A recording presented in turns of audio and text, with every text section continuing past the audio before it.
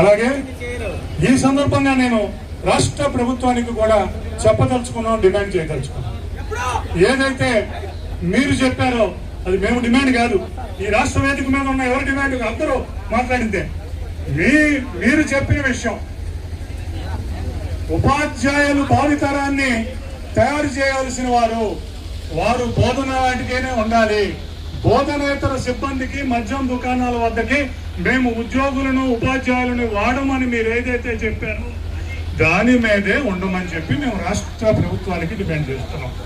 ఉద్యోగ సంస్థ అలాగే ఉపాధ్యాయులకు సంబంధించిన కంపాషనేట్ అపాయింట్మెంట్స్ ఎంపీఎస్ 98, 2008 అలాగే 2003 డిఎస్సికి సంబంధించి 2004 ముందు అపాయింట్ అయిన వాళ్ళు, ఇటువంటి సమస్యలన్నిటి మీద కూడా మాకు అవగాహన ఉంది. వీటన్నిటినీ మా దగ్గర ఉన్నామని చెప్పి జేఏసీ పక్షాన వాటిని ముందుకు తీసుకెళ్తున్నాం. కానీ ఇప్పుడు ఉన్న వక్తలందరూ వాటి గురించి మాట్లాడారు కాబట్టి నేను వాటికి లోపలికి వెళ్లకుండా కొన్ని విషయాలు చెప్పి ఒకటి, దాదాపు 38 సంవత్సరాల నుంచి సర్వీస్ లో ఉన్నాం, 34 సంవత్సరాల నుంచి ఎన్జిఓస్ జేఏసీ ఉద్యమ ప్రస్థానంలో ఉన్నాం.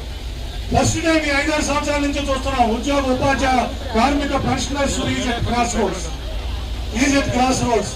చాలా మంది అడుగుతూ ఉంటారు, సాగర్ గారు వచ్చి 3 నెలలు అయింది, మీకు అన్ని డిమాండ్లు వ్యవహారాలు ఇది అని పరిస్థితి.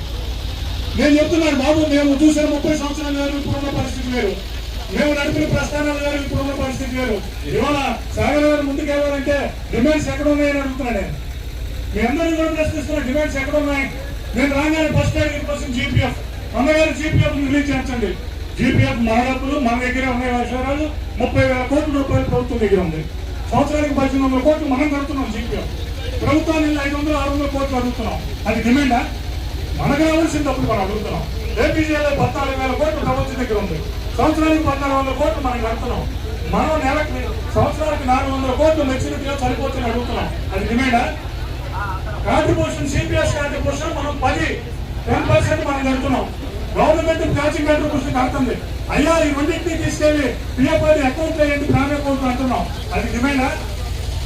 అయ్యా 74 నుంచి ఇప్పటి వరకు డిఏ ఎప్పుడు సెంట్రల్ గవర్నమెంట్ ఇస్తే మాకు సెంట్రల్ గవర్నమెంట్ ఇస్తుంది. డిఏ ఎప్పుడు మేము ఇచ్చేసిన అడగం.